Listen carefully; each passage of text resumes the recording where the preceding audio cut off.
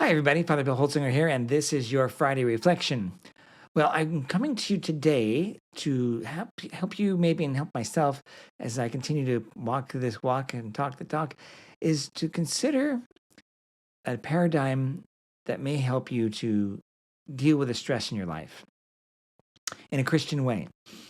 Yes, we should trust in Jesus, absolutely. But then the question is, what did Jesus do? How did he deal with his stress? Well, first, of course, he prayed. He prayed to his Father, and that's what we should do, absolutely. But he also brought together around him his special individuals, Peter, James, and John. That was his core group. And from there was the 12 apostles. And from there was the 70 disciples, moving on to, of course, the world. So he didn't just change the world just by doing it, which, of course, God can do anything. But he changed the world by starting locally, dealing with the things that are going on locally, confiding with and listening to and talking with and teaching his closest apostles, Peter, James, and John, moving on to the rest of the apostles, etc. And this model is a model that has been offered to me by a group called Amazing Parish and Pat Lencioni as a way of kind of doing church. And I've been working with Deacon Brett and with our leadership team. We have a leadership team called a PLT, Parish Leadership Team. Deacon Brett's on there, Dana Morano, our business manager, and Erwin, of course, Dr. Ann is also on there. She's our principal, and Father Anthony Wong Fan. We meet every Wednesday to kind of talk about things that are going on and pray that we will be doing what's needed to be done to be the best administration we can be so that the ministry, the mission of the parish can go forward. So, Pat Lencioni and the Amazing Parish.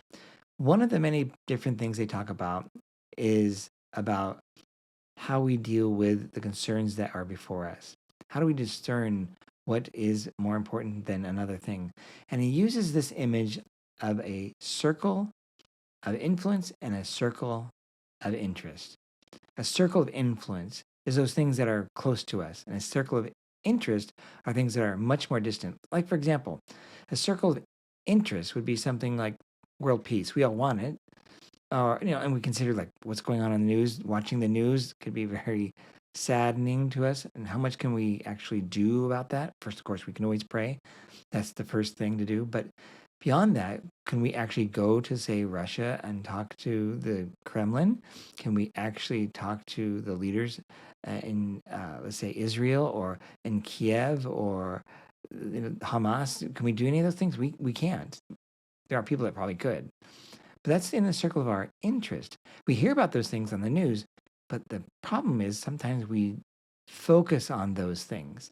The focus on the things that are the circle of interest instead of talking about or thinking about and acting about the circle of influence. And what's that? Those are the things that are most close to us. Your spouse, your kids, your family, maybe your work, people you work with, maybe you're a boss of some kind, people that you manage, who knows?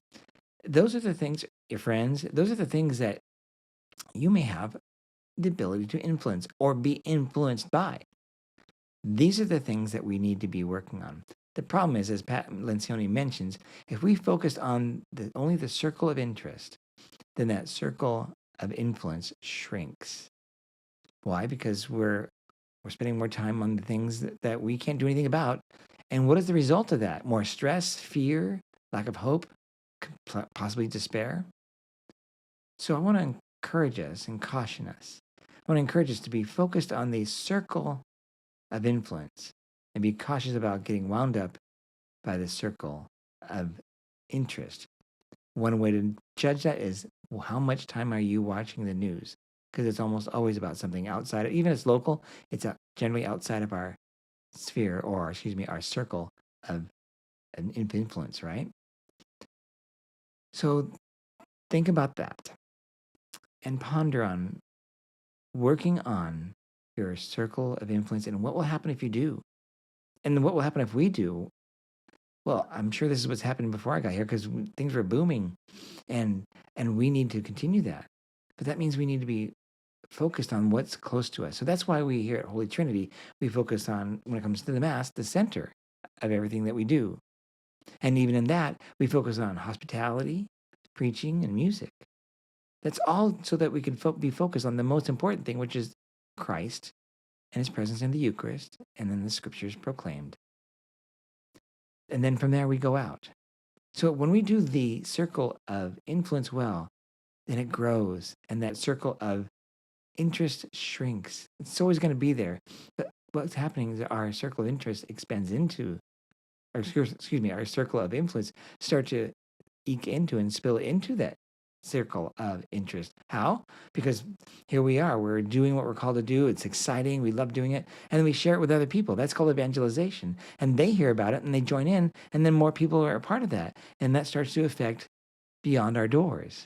And when it affects beyond our doors, the people outside then hear and they may come. And it's not just about being in the church, but about the faith. More people will be on fire for the faith, or come to know Jesus for the first time, or come back to the church from being gone a long time. So friends, I want to encourage you about those things, the circle of influence. This weekend, Deacon Brett is offering the homily. Pray for him. That is doing something that can affect something locally. And I hope to see you. Let's say hello to each other when you come. And if you have any comments or questions, of course, I'd love to hear where maybe that you've done something that's really affected your circle of influence and then expanded. God bless you, everybody, and I'll see you this weekend. Bye-bye. I want to offer you that simple thought and topic. So ponder on that this weekend, going through your week. And Snickers says, hey, bud. Snickers says, hello, and have a great week. Deacon Brett is going to be preaching this weekend. Pray for him. And I'll see you this weekend. Bye-bye.